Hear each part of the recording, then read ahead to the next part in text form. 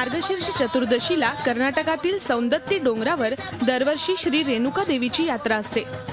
याला कंकण विमोचन सोहळा म्हणून ओळखलं जातं। श्री जमदग्नीच्या वधानंतर रेणुका देवीला वैधव्य येतं। या विधीसाठी कोल्हापुरातल्या मानाचं जग कर्नाटकातल्या सौंदत्तीला रवाना होतात। त्या ठिकाणची यात्रा झाली की यल्लमा देवी आणि तिच्यासोबत विधवा होऊन देवदासी कोल्हापुरात परततात। या सगळ्यांचं सांत्वन करण्याचा दिवस म्हणजे यल्लमा देवीची यात्रा। आपल्या कोल्हापुरातील कोल्हापूरचे जग 4 आहेत।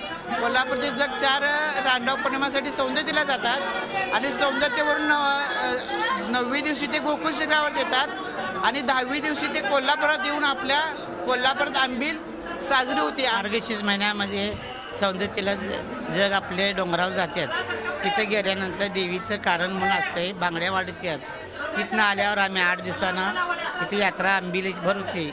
देवीचा उत्सव करून सगळ्यांनी आंबील तीन वाटून एक असते। या यात्रेला येताना भाविक यल्लमा देवीचे आवडते अन्नपदार्थ म्हणजे दही भात, आंबील, वडी, भाकरी, वरणा वांग्याची आणि मेथीची भाजी, गाजर, केळी, कांद्याची पात, लिंबू आणि फळं देवीला अर्पण करतात। हे पदार्थ देवीला अर्पण करून देवीचं दुःख हलकं करण्याची प्रथा अनेक वर्षांपासून आहे।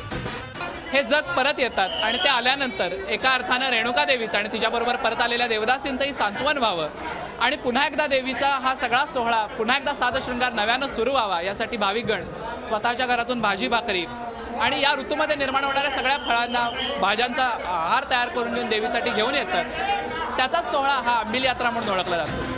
राज्यात अनेक ठिकाणी भरणाऱ्या यात्रा जत्रांना वेगवेगळं धार्मिक महत्त्व आहे। असंच महत्त्व कोल्हापुरातल्या या यल्लमा देवीच्या यात्रेला आहे। त्यामुळेच कोल्हापूर जिल्ह्यातले भक्त आवर्जून या देवीच्या यात्रेला हजेरी लावतात। प्रताप नाईकसह bureau report, Zee media, Kolhapur. Zee 24 तास रहा एक पाऊल पुढे।